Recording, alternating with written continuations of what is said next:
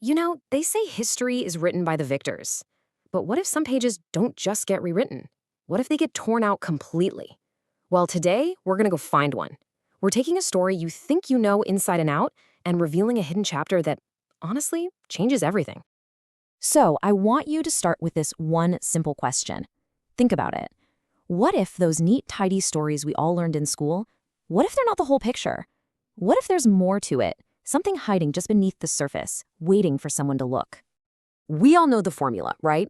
There's this one brilliant mind, they have a sudden eureka moment, and boom, the world is never the same. It makes for a great story. It's super inspiring. But here's the thing, it's almost never how it actually happens. To show you what I mean, let's look at a perfect example, an invention we all know, the telephone. On the surface, its story seems totally straightforward.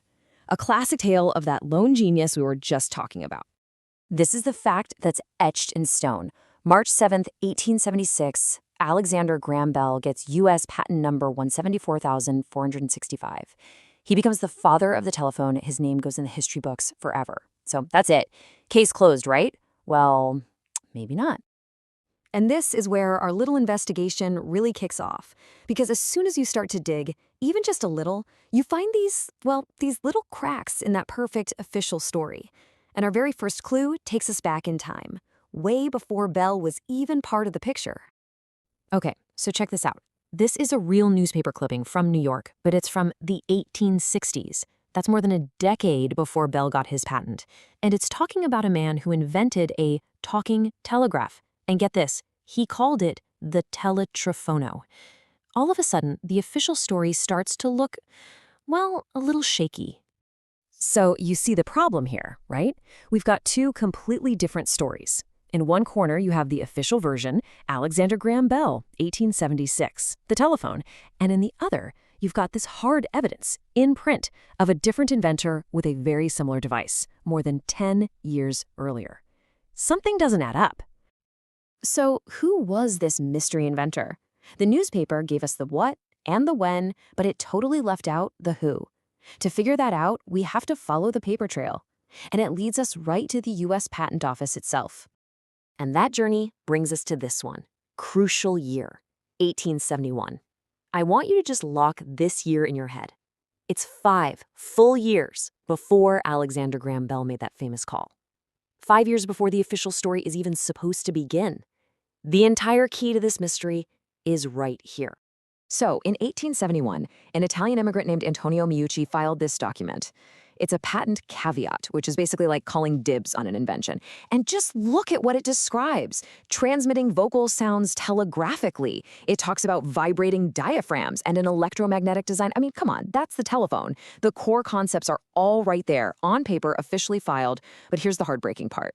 Meucci could only scrape together the $10 for the caveat. He just couldn't afford the $250 for the full patent. All right, let's just put these side by side. Meucci's plan from 71 and Bell's patent from 76. The core principle, electromagnetic induction. For both. The key component, a vibrating diaphragm. Yep, both. The goal, to transmit human speech. Same thing. The designs are so similar, it's just undeniable. The evidence is pretty overwhelming, don't you think? It's time we put a name, a face, and a real story to this hidden chapter. It's time to finally talk about the inventor that history basically forgot. This is Antonio Meucci. He wasn't some wealthy scientist in a fancy lab. He was a candle maker, an inventor from Florence who was living on Staten Island. And his reason for creating this thing wasn't about fame or fortune. He actually developed his Teletrophono way back in the 1850s for a simple human reason. He just wanted to talk to his wife. She was an invalid, confined to her room on the second floor, and this was his way of connecting with her. And when you actually lay out the timeline of the story, it's just tragic. Meucci has a working device in the 1850s. He files his notice in 71, but he's too poor to renew it, so it expires in 1874. Just 2 years after that, Bell is awarded the patent. It wasn't until 2002, more than a century later, that the U.S. government finally passed a resolution to officially recognize Meucci's work. So you have to wonder, how does an inventor with a working model and a patent filing just get erased? Well, it was a perfect storm of misfortune. He was too poor to pay the fees.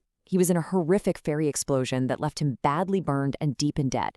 And then, for the final devastating blow, his original working models, the ones he sent to a lab where Alexander Graham Bell later worked, were conveniently lost. So, why does digging this all up actually matter? Is it just about setting the record straight? Well, yeah, that's a big part of it, but it's also about understanding something much deeper, about how history is made and how innovation really truly works. I mean, when it comes to who we remember, it is not even a contest. Bell is a household name. Meucci is a historical footnote, if he's lucky. And what's really wild is that there was another inventor, a guy named Elisha Gray, who filed a patent notice for a telephone on the exact same day as Bell. That neat, simple story is actually incredibly messy. And this is the real takeaway here. This isn't about tearing down Alexander Graham Bell. It's about building up a more complete and honest picture of the past.